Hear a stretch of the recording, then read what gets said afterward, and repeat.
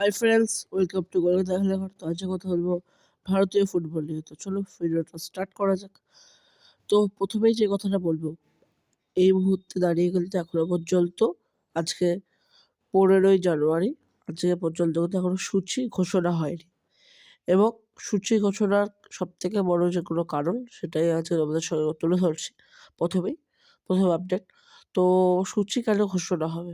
সবার আগে তো তোমরা সকলেই জানো 3টে কমিটি গঠন হবে। একটা গভর্নর কাউন্সিল, যেখানে থাকবে এআইএফএফ এর প্রেসিডেন্ট এবং গতবারের চ্যাম্পিয়ন এবং রানার্স আপ অর্থাৎ মোহনবাগান এবং ব্যাঙ্গালোর টিমের প্রতিনিধিরা।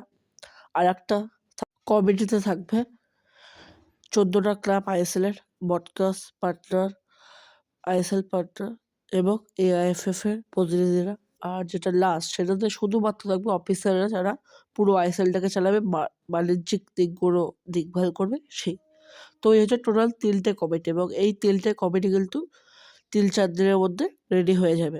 এবং রেডি হয়ে গেলে এরা কিন্তু টেন্ডার ব্রডকাস্ট পার্টনারের জন্য, এবং ব্রডকাস্ট পার্টনার পেয়ে গেলেই কিন্তু আইএসএল স্টার্টের পুরো যে সূচিটা, কারণ কোন চ্যানেলে দেখাবে সেটাই যদি আগে থেকে পারফেক্ট না হয়ে যায়, তাহলে কোনো মতেই কিন্তু ছাড়তে পারবে না এটাই কিন্তু, এবং সূচিটা গঠনও করতে পারবে না। তো এই যে অফিসিয়াল কাজগুলো যতদিন না হবে, ততদিন আগে কিন্তু আমাদের আইএসএল-এর সূচি ঘোষণা হবে না। মোটামুটি ধরে নাও ডেটটা যখন ফিক্সড হয়ে গেছে, আইএসএল তো অবভিয়াসলি হচ্ছে, সেটা নিয়ে কোনো সন্দেহ নেই।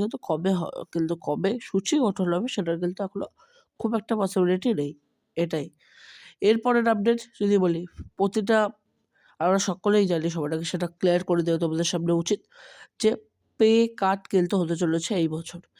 এবং যেই বিদেশিরা লাইভে আসছিল ইন্ডিয়ার ফুটবল কারণ স্টার্ট হচ্ছে না, যা তা বলছিল লাইভে এসে, যারা বিদেশি ইন্ডিয়ান প্লেয়াররা কিন্তু পে কাট হলেও কিন্তু তারা খেলবে, তাদের কোনো অপশান নেই যে তাদের বিদেশে যেতে পারবে। কিন্তু যারা বিদেশি অনলাইনে এসে অনেক বড় বড় কথা বলছে, তারাই কিন্তু এখন ক্লাব ছেড়ে চলে যাচ্ছে এবং বিদেশে গিয়ে অন্য জায়গায় গিয়ে সাইন করছে। তো এই হচ্ছে ভালোবাসা একটা ক্লাবের প্রতি। আজকে একটা ক্লাবের প্রতি আবেগ কিন্তু কারোরই নেই। আমরা জানি ইন্ডিয়ান প্লেয়াররা কতটা কষ্ট করে, কারণ তাদের কোনো বাইরের অপশান নেই, কিন্তু এনাদের বাইরের অপশান আছে। অর্থাৎ পে কাট হলেও হয়তো তাদের মাইনে থেকে 25% টাকা কমে যেত।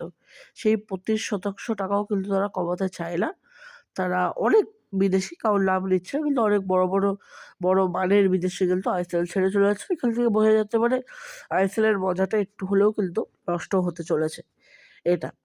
এরপরের আপডেট নিয়ে যদি কথা বলি, অর্থাৎ এরপরে কথা বলবো কারা হতে পারে 2025-26 আইএসএল চ্যাম্পিয়ন। তো আমরা সকলেই জানি আগের বছরের রানার্স আপ ব্যাঙ্গালুরু এফসি এবং চ্যাম্পিয়ন হয়েছিল মোহনবাগান এফসি। এই দুটো টিম কিন্তু এখনো পর্যন্ত ফার্স্ট সেকেন্ডে লড়াই থাকবে, এবং এদের সঙ্গে এবছর যদি বাড়তি অ্যাড হয়ে থাকে কোনো দল, আমি নাম নিতে চাই আরও দুজন, সেটা হচ্ছে ইস্ট বেঙ্গল এবং গোয়া। এই 4টে দলের মধ্যে কিন্তু অরিজিনাল লড়াইটা হবে, এবং এরা কিন্তু আইএসএল কাঁপাবে এবছর যতদূর বোঝা যাচ্ছে। এবং মোহনবাগান তো প্রতিনিয়ত প্র্যাকটিস ম্যাচ খেলছে, ইস্ট বেঙ্গলও তাই। এবং এই দুটো টিম অর্থাৎ মোহনবাগান, ইস্ট বেঙ্গল যথেষ্ট প্রস্তুত তারা আইএসএলের জন্য, এবং যেভাবে তারা প্র্যাকটিস করছে, প্রতিনিয়ত নিজেদেরকে ফিট করছে, বলা যেতে পারে আই থিঙ্ক এবছর চ্যাম্পিয়ন হতে পারে মোহনবাগান এবং রানার্স আপ হতে পারে ইস্ট বেঙ্গল, বা চ্যাম্পিয়ন হতে পারে ইস্ট বেঙ্গল, রানার্স আপ হতে পারে মোহনবাগান। এছাড়াও ব্যাঙ্গালোর কিন্তু রেসে আছে, কারণ ওরা জানি ইস্ট বেঙ্গল যতই বলে প্র্যাকটিস করুক, লাস্ট থেকে তীরে গিয়ে তো এটা ডুবিয়েই ফেলে। কিন্তু যদি না ডোবাতে পারে, এবছর কিন্তু মোক্ষম সুযোগ থাকবে ইস্ট বেঙ্গলের কাছে আইএসএল চ্যাম্পিয়ন হওয়ার। তো এই হচ্ছে আজকের ভিডিও, কেমন লাগলো সকলেই জানিও, এবং ভিডিওটা যদি ভালো লেগে থাকে লাইক, কমেন্ট, শেয়ার এবং সাবস্ক্রাইব করো এই চ্যানেলটাকে। এই চ্যানেলে কিন্তু ভারতীয় ফুটবল এর সব আপডেট তোমরা পেয়ে যাবে। তো বাই, দেখা হচ্ছে পরের ভিডিওয়, এবং যাওয়ার আগে সকলকে জয় মোহনবাগান।